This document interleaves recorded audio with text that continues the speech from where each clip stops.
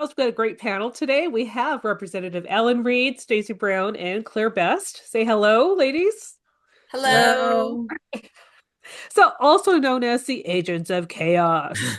Stacey, why don't you let the audience in on the backstory behind that little about that moniker?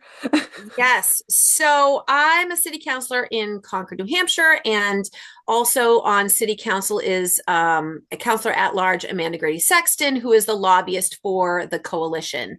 And in January, I raised concerns about her conflict of interest as a city councilor making decisions.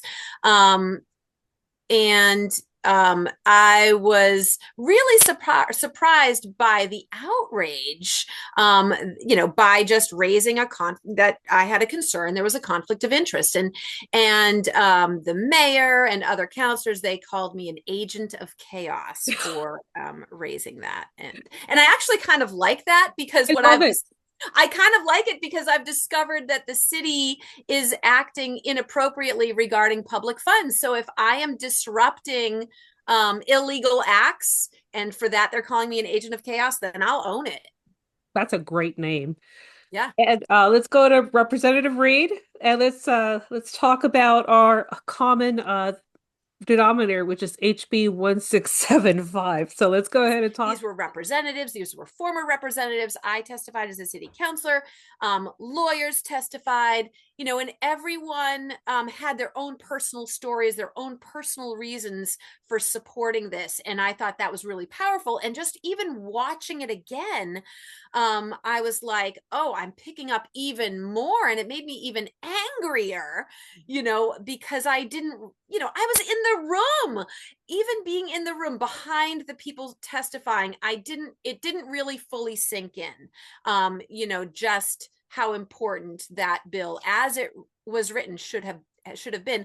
But then after that, and then I had, blow up at council, and I was being accused for being aggressive. And then just recently I had the mayor send me a letter of admonishment saying they wanted to remove me from council.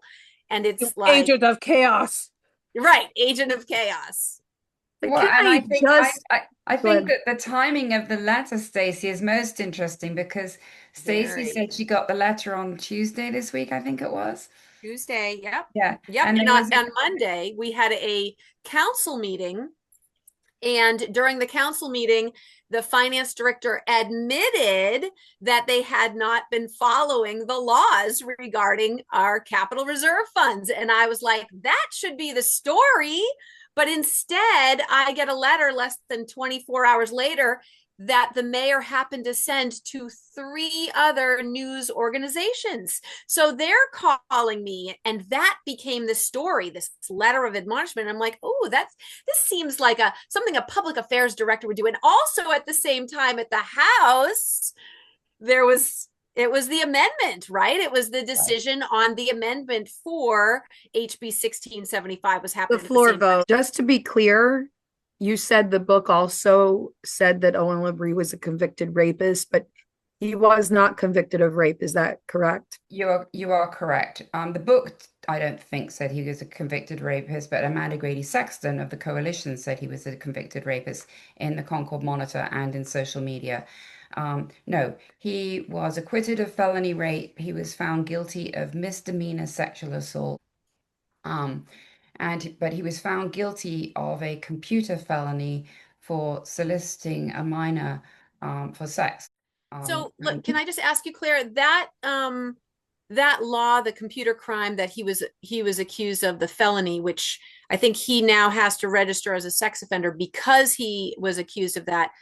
That was created because a 41-year-old man used a computer and maybe MySpace or something to lure a 13-year-old girl. correct, That was correct, the whole reason of that for that law, and it was applied to correct, Owen. correctly.